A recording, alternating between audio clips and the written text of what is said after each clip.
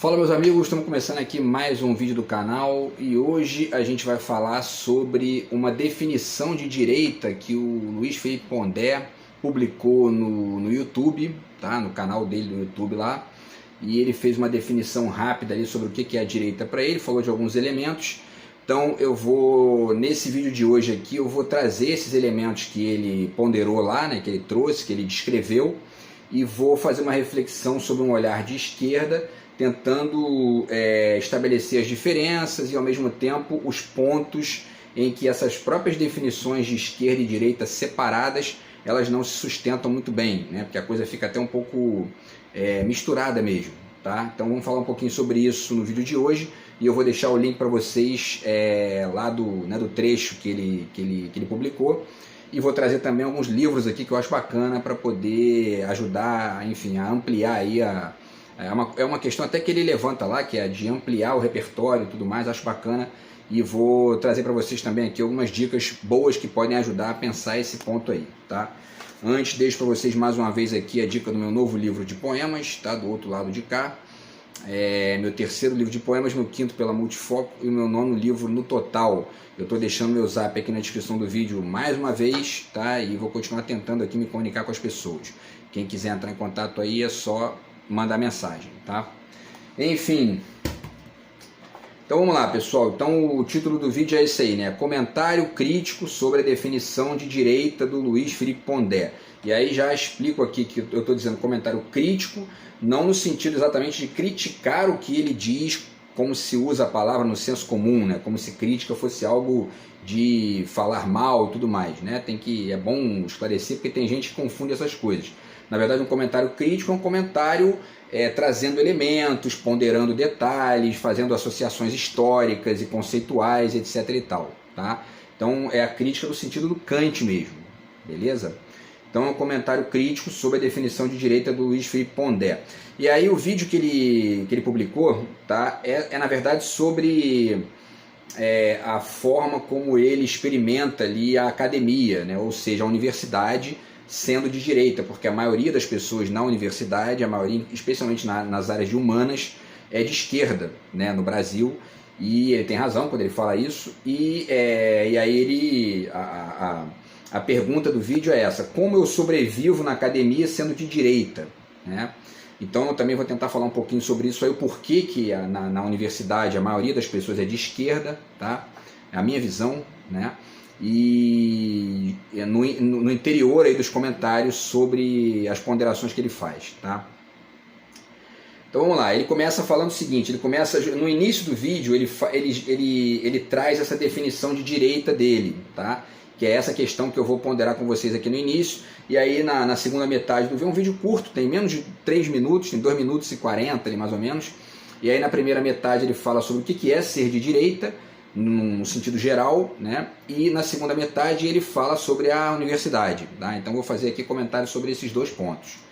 Então no início ele começa falando o seguinte, ele diz, antes, né, um esclarecimento: quando eu uso a expressão direita, eu me refiro a alguém que acha que a sociedade mercado, apesar de todos os problemas, é a que produz mais riqueza, é a que produziu até hoje mais riqueza, mais elevação da condição material de vida, tá? Então já vale vários comentários aqui. Quer dizer, primeiro, ele utiliza a expressão sociedade-mercado, que é uma expressão sutilmente diferente da expressão capitalismo, né? Quem é de esquerda escuta a palavra capitalismo e entende, grosso modo e com as associações de praxe, que cada um vai fazer com as suas leituras, evidentemente, mas você compreende aquilo que o Marx pondera lá, que é a coisa do capital, e ao mesmo tempo aquilo que a gente enxerga mesmo na realidade, que é uma relação entre o dono do meio de produção, o patrão, ou enfim, né, o empresário, etc. e tal,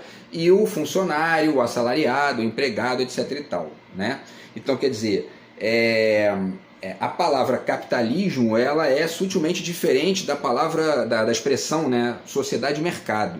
Existe uma certa diferença aí. E essa diferença, ela não se dá apenas no nível da visão estritamente de direita. Eu estava até pensando isso outro dia, quando eu respondi uma pessoa lá no Instagram, numa postagem e tal. Na verdade, quando a gente olha, né, de maneira complexa para as coisas, tá? E aí já deixo aqui a primeira dica logo, que é a do Edgar Morin. Eu sempre faço isso aqui, né? A introdução ao pensamento complexo. O Morin tem outros livros também, A Cabeça Bem Feita, Ciência com Consciência, nos quais ele trabalha também essa questão da complexidade e que permite que a gente entenda que muitas vezes em determinadas instâncias da sociedade, essas próprias distinções entre esquerda e direita e entre mercado ou entre capitalistas e comunistas não se sustenta muito. Basta pensar nessa própria expressão, sociedade de mercado, né? Porque o que é isso aí? O que é o tal mercado? O mercado é um âmbito onde os empresários, os produtores, etc. e tal, oferecem os seus produtos e as suas criações, as suas invenções e tudo mais, e as outras pessoas compram ou não. Essas pessoas que compram ou não, essas que estão ali funcionando como consumidores, na maioria esmagadora das vezes também são trabalhadores. E o trabalhador é uma posição, do ponto de vista da teoria do Marx, do ponto de vista da perspectiva de esquerda, é uma posição comunista, né? Você está numa posição ali você é o assalariado, ou seja, você é aquele que está recebendo a grana do empresário, e que se você não tiver uma série de proteções, se você não tiver ali uma série de encaminhamentos sociais, você muitas vezes vai ser mal pago, vai ser ali, né, alguns aí são até escravizados, como a gente tem visto no Brasil nos últimos anos aí. Então, quer dizer, e aí quando se você é um trabalhador, ou seja, né, uma posição comunista, e ao mesmo tempo um consumidor, que é uma posição capitalista ou de mercado, você é uma figura mista. Você não está ali numa posição nem à esquerda nem à direita nesse aspecto específico, né? E aí, a partir disso, a gente pega uma série de detalhes dessa questão. Quer dizer, se você é assalariado, se você é um consumidor que também é um trabalhador, que também é um assalariado, etc. e tal, vive ali da renda e depende de que o patrão cumpra o seu dever legal de pagar você direitinho, os seus direitos, etc. e tal, você está numa posição ali que você tem que pensar também nisso aí, né? E às vezes, se você tiver uma conscientização política à esquerda, você vai ponderar isso inclusive na hora do consumo, né? Então essa é uma primeira ponderação que vale a pena fazer, porque isso demonstra que essas divisões, elas não são tão pão, queijo, né? Enfim, ele continua, apesar de todos os problemas, né, a sociedade de mercado é a que produz mais riqueza, produziu até hoje mais riqueza, elevação da condição material de vida. Aqui também a perspectiva complexa ajuda a gente a entender que é mais que isso, né? Porque o que é a sociedade de mercado? O que é isso, né? O que se chama, de pessoal de direita chama a sociedade de mercado. É aquilo que foi gerado pela Revolução Industrial, que é a produção do que se chama de uma forma muito generalista de capitalismo, e que algumas pessoas chamam de sociedade de mercado também. Mas a sociedade de mercado sozinha foi o que elevou a condição material de vida? Não, não foi. A sociedade de mercado evoluiu, a Revolução Industrial evoluiu, o tal capitalismo evoluiu junto com o comunismo. Eu tenho falado isso aqui nos vídeos que eu tento explicar essa questão do comunismo, que as pessoas acham que a experiência comunista deu errado. Por quê? Porque as pessoas estão analisando a questão a partir da ideia de sistema e pensando nas experiências macroeconômicas de Estado, né, ou macropolíticas, né, de Estado. E não param para refletir que a própria existência de partidos comunistas nos países do Ocidente, a própria existência dos direitos trabalhistas, que está descrito no Marx. O Marx descreve isso aqui. Os direitos do trabalhador são conquistas da movimentação dialética que ele chama de comunismo, né? Então dizer que a experiência comunista não deu certo, acabou, é você achar que o mundo, que isso que se chama de comunismo se resume nas experiências macropolíticas ditatoriais. né? Isso é uma visão muito simplista da coisa, porque as movimentações comunistas são todas essas que geram direitos para os trabalhadores, que geram inclusive melhoria, que geram isso que o Pondé está chamando de elevação da condição material de vida. Por quê? Porque pensa, por exemplo, né, na questão da Nike, que eu falei recentemente aqui. O cara lá, o dono da Nike, que é um Zé Ruela, que foi entrevistado lá, e o Michael Moore perguntou a ele, vamos lá na Indonésia para você conhecer a tua fábrica, para ver como é que é. Ele disse, eu não vou não, estou fora. Sabe por que ele bota a fábrica na Indonésia? Porque ele está lá pagando centavos a hora para aquela gente lá. Porque se ele montar essa fábrica na Alemanha, na França, ele vai ter que pagar muito. Sabe por quê? Porque as condições, a elevação da condição material de vida, ela não é uma conquista única e exclusiva da sociedade de mercado. E esse é o ponto que eu vou apresentar agora. Isso que se chama de condição, né, de elevação da condição material de vida e mais, isso que se chama de riqueza, porque se a gente tem aquele olharzinho estrito, né, de achar que riqueza é uma palavra que significa dinheiro, ponto, a gente não percebe uma série de outros detalhes. Por exemplo, o que elevou a condição material de vida das pessoas no Ocidente foi uma conjunção de fatores da qual fazem parte a sociedade de mercado, mas também o Estado, como uma invenção que produziu uma série de melhorias na vida das pessoas, substituiu o poder clerical e o poder dos nobres parasitas por uma instância democrática de disputa de poder e ao mesmo tempo de mediação de conflitos, um congresso, um parlamento com pessoas eleitas pelo povo e que sofrem ali as críticas que tem que sofrer, o acréscimo da imprensa, o desenvolvimento da ciência, que nunca dependeu da sociedade de mercado. Ciência existe há muito antes de existir capitalismo, já existia ciência. Os gregos lá, né, já existia ciência. Então, assim, a ciência, a filosofia que gerou, né, uma quantidade gigantesca de benefícios para elevar a qualidade, a condição material da vida. Cito apenas dois aqui. O direito, que é uma instância de mediação de conflitos muito importante da sociedade, e a universidade. Essas duas coisas nasceram da filosofia. A filosofia é a gênese disso tudo aí. E essas duas instâncias são instâncias que elevam a qualidade de vida, a qualidade material da vida das pessoas no mundo, junto com a sociedade de mercado, junto com o comunismo, junto com a ciência, né? E com a arte, com a literatura, com tudo de bacana que a gente produziu aí, naquilo que essas instâncias têm de positivo, né? Porque e aí entra o ponto, essas instâncias como criações humanas, elas vão apresentar defeitos, vão apresentar problemas, vão estar ali sempre poluídas por gente com más intenções. Então no tal mercado tem gente que paga o salário em dia, tem gente que escraviza pessoas. No tal comunismo tem gente que, faz o seu trabalho de maneira porca ali, e aí depois fica reclamando, mas tem gente que faz trabalho bem feito e é mal pago, aí também tem que exigir direitos, né? Eu dei o exemplo aqui, já escutei isso, os meninos aqui almoçam em 15 minutos, entendeu? Quer dizer, quando na verdade a lei exige 1 hora. Então, a sociedade de mercado é isso aí também, essa gente que quer, sugar o teu sangue ali, se não tiver uma instância de mediação para elevar a qualidade da situação, eles daqui a pouco estão te escravizando, né? Bom, então percebe como essa questão é muito complexa, né? Quer dizer, essas expressões, a sociedade de mercado, né? A questão da produção de riquezas, porque você ter uma universidade para poder discutir questões, para poder acrescentar ali um repertório de produção científica, de produção artística, de produção literária para a sociedade, é uma riqueza isso, é uma riqueza. E não foi o capitalismo que inventou isso, isso já existia na Grécia, já existia em Roma, já existia, tá? em muitos lugares, em muitas experiências anteriores aí. E a coisa foi se consolidando depois, mas também não se consolidou por causa do capitalismo, por causa da sociedade de mercado, etc. e tal.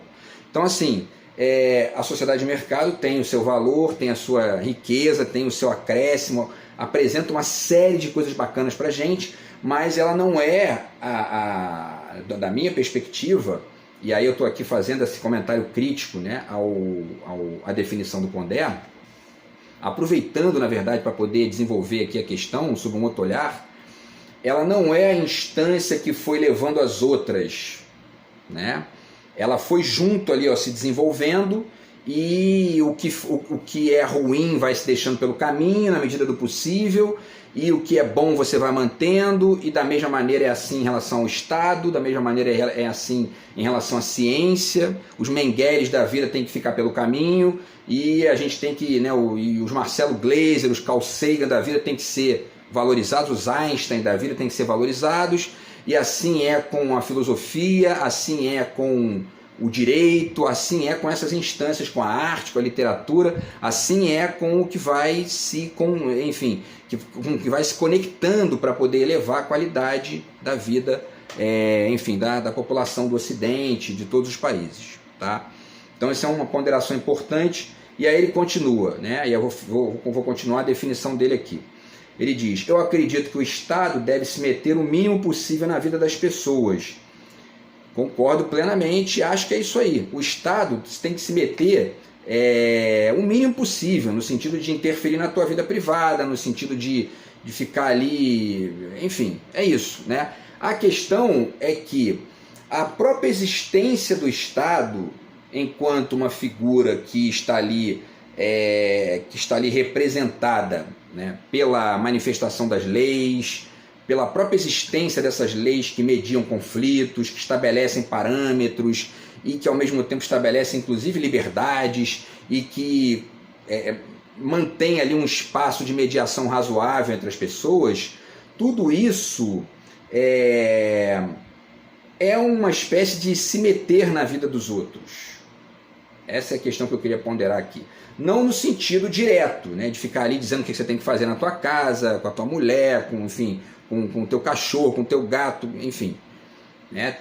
Não é essa a questão, mas a própria existência a existência de uma lei que pune pessoas que sujam a rua, que jogam latinha no chão, etc e tal, acaba se metendo na cabeça da pessoa a ponto dela pensar, pô, não vou fazer isso, né, que eu posso ser punido aqui, posso, né? Ou minimamente porque a pessoa aprende a ser civilizada, né? Que não pode sujar a rua, que não pode ofender os outros, que não pode, né? Isso aí é um resultante de uma série de encaminhamentos que tem a ver com o Estado. Porque os capitalistas estrito sensu, essa galera que é de direita, né?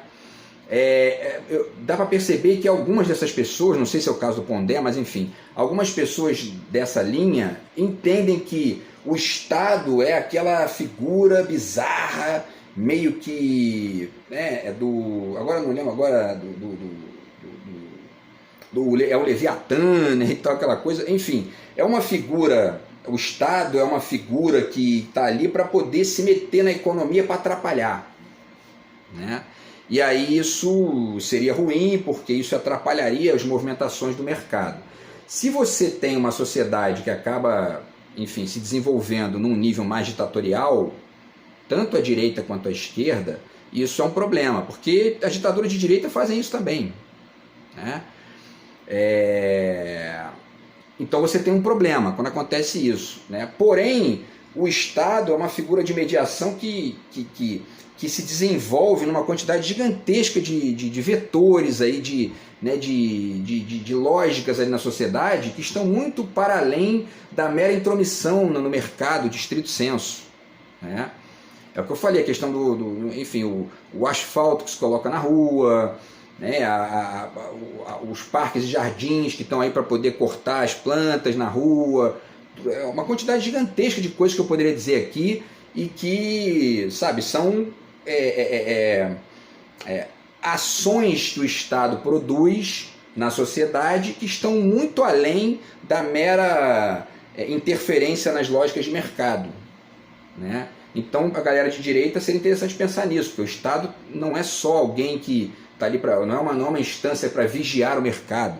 O Estado é uma instância que carrega um monte de coisas aí que são importantes para muita gente, inclusive para poder controlar os excessos do mercado também, né? Você tem um Inmetro da vida, você tem né, a vigilância sanitária, uma série de coisas que funcionam no Estado para poder controlar o desgraçado ali que está colocando veneno na comida para os outros, porque isso vai trazer lucro para ele. Essa discussão dos agrotóxicos, né?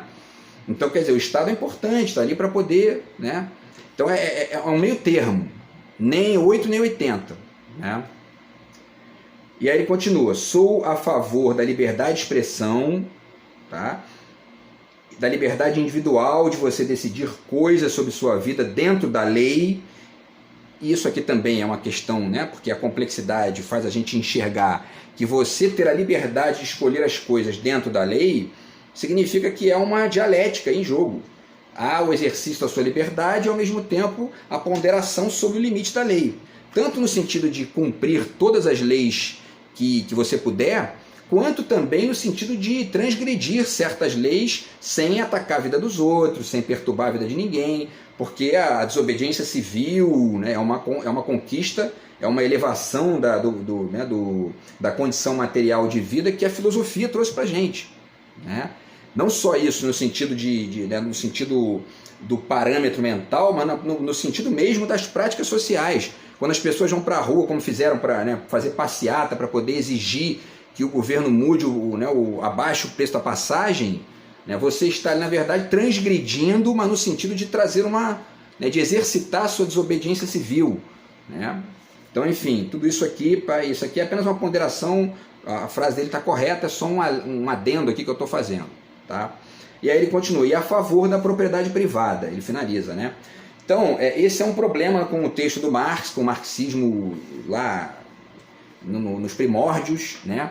E nessas experiências mais autoritárias que acabaram vigorando em alguns lugares, que é uma galera que, né, olha para isso e se incomoda com a questão da propriedade privada e tal. No Ocidente, no Brasil, na Europa, isso não existe, essa discussão não existe, né? Também não estou dizendo que o Pondé está dizendo que existe, estou apenas aqui porque tem bolsominion aí vomitando isso, né? Que o MST vai roubar a casa dos outros, o PT vai roubar a casa dos outros. Então, essa discussão de propriedade privada, de tomar o Estado ser dono da propriedade privada dos outros, isso não existe. Aqui na América do Sul, na Europa, isso aí não é uma questão, né? E mais, né, o Brizola deu uma entrevista uma vez, perguntaram para ele sobre a questão da propriedade privada, ele falou: propriedade privada é tão legal que a gente quer que todo mundo tenha. Porque tem gente que mora na rua, tem gente que não tem condição de ter uma casa, né? E aí, o cara mora na rua e dane-se, né? Os países da Europa mais desenvolvidos resolveram isso já. Por quê? Porque quando a pessoa não tem condição, quando existe ali um contexto problemático nesse sentido, o mercado não tem vocação para resolver isso, porque muitas vezes o mercado quer dinheiro. Você não tem grana para comprar a casa? Dane-se, então fica na rua, meu irmão. Eu sou empresário, eu quero ganhar dinheiro, entendeu? E aí a pessoa que não tem, que por algum problema do destino ficou sem casa, como é que se faz, né? A gente tem que resolver isso aí, porque a vida não é só o mercado, a vida é, né, enfim, a própria compaixão com as outras pessoas, que muitas pessoas do mercado não têm. Outras têm, tem gente aí bacana que ajuda quem pode e tal e tudo mais, mas tem gente que tá nem aí para isso, entendeu? Então aí o Estado tem que, de alguma maneira, mediar uma solução razoável para isso. É o caso do Minha Casa Minha Vida, que o Lula está fazendo, né? E uma série de outras coisas aí que a gente vê em outras experiências do mundo, tá? E aí ele finaliza aqui, para finalizar ele diz: para mim é isso que significa ser de direita, não tem nada a ver com esses tarados malucos, pirados, fascistas e coisa e tal. Quer dizer, existe uma diferença entre uma pessoa mais de mercado e às vezes neoliberal, que eu também não sei se é o caso do Pondé, mas enfim, é uma pessoa que defende o mercado, mas não é conservador nos costumes, não é, né, essa coisa autoritária do Bolsonaro, enfim, né? Então existe essa diferencinha aí, ainda que a gente também tenha que ponderar, porque ele fala, por exemplo, em liberdade de expressão, né? Agora, quem ultrapassou a liberdade de expressão nos últimos anos aí no Brasil foi a direita com as fake news, que usa a liberdade de expressão e fica defendendo isso aí para poder sustentar mentira, difamação pelas redes sociais, etc. e tal, né? Então é importante pensar nisso aí também, que isso é um componente da percepção que a gente tem que ter disso aí, né? E da forma como a gente define direita e esquerda e tal, tá? E aí ele depois comenta a questão da academia, tá? Vou finalizar aqui, o vídeo vai ficar, né, um pouquinho maior hoje de novo. Na academia ele diz, né? Então estude mais, seja mais competente, mais disciplinado, isso para você viver sendo de direita na academia, né? Conheça inclusive o pensamento de esquerda, e aí no nosso caso a gente tem que conhecer o pensamento de direita também, né? E quando eu digo conhecer o pensamento de direita, significa não apenas conhecer os livros, os autores e os textos que eles defendem, né? Mas a própria prática de governo deles, né? Porque a direita já governou, então você você entender, estudar mais e tudo mais, né, para conhecer o que é a direita, você tem que entender também os resultantes do governo deles. E é o que a gente viu nos últimos 4 anos aí, né? Piora a fome, piora o desemprego, piora a inflação, piora uma série, o poder de compra do trabalhador cai, né? A gasolina fica o dobro do preço, etc, etc, etc, etc. Tá? Então é importante ponderar isso aí. E aí ele continua, traga biografia nova para o debate, isso é bacana, por isso que eu tenho aqui falado do Edgar Morin, porque é um cara que ajuda a gente a pensar fora dessa caixinha do sistema, lá e cá e tal, que ajuda a entender a complexidade maior da coisa e ao mesmo tempo a escolher, como eu falei no vídeo do Mia Couto, né? No último vídeo, você escolher um lado ali no momento que tem que escolher, porque tem hora que tem que escolher. Não dá para, só porque o sujeito ele é consumidor e trabalhador ao mesmo tempo, você não tem como votar no Bolsonaro e no Lula ao mesmo tempo, tem que escolher, né? E aí você tem que fazer uma ponderação ali para quem é que está fazendo menos cagada, quem é que está fazendo mais coisa bacana, né? É assim que funciona, tá? E aí ele diz, né, olha as coisas de um ponto de vista diferente do que a academia está acostumada, isso é bacana também, é importante, concordo plenamente com ele, é isso aí mesmo, né? E aí ele diz, ele diz na academia todo mundo é de esquerda, ninguém estuda e ficam repetindo o que já está estabelecido, né? Eu acho que aí tem uma ponderação a fazer, duas, né? Primeiro, o que está estabelecido na universidade talvez seja uma visão de esquerda, e eu acho até o contrário, eu acho que as pessoas são de esquerda na universidade, em sua maioria, justamente porque estudam, né? Estudam em que sentido? Você faz essa comparação que eu estou fazendo aqui, né? Você compara, você estuda ali os contextos e tal. Tem realmente muita gente que só repete, fica repetindo para poder, como ele diz no vídeo, para poder ganhar ali um agrado, para poder fazer parte da patotinha. Mas tem gente que estuda. Quando você estuda mesmo, você compara projetos, compara experiências, e você... Porque aí existe uma questão importante também, né, que eu já falei aqui. Uma coisa é ser de direita na Europa, outra coisa é ser de direita no Brasil, que a direita brasileira é isso aí. No resultado de governo, eles geram problemas, geram pobreza, geram fome, aumento do desemprego e etc e tal, né? Enfim, e ao mesmo tempo, o Pondé fala, né, estudando mais, trabalhando mais, chegando primeiro nas questões, lendo mais autores, ampliando a base de reflexão, ampliando o repertório, portanto, desafiando essa hegemonia, que como toda hegemonia acaba sendo preguiçosa. Também concordo plenamente, acho fundamental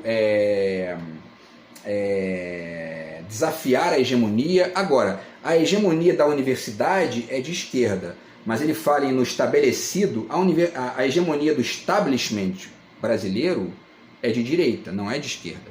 E aí talvez por isso que a universidade seja mais de esquerda, porque o poder econômico no Brasil é, grosso modo, de direita. Quem manda nos meios de comunicação, os grandes empresários, a galera que tem grana no Brasil, é de direita.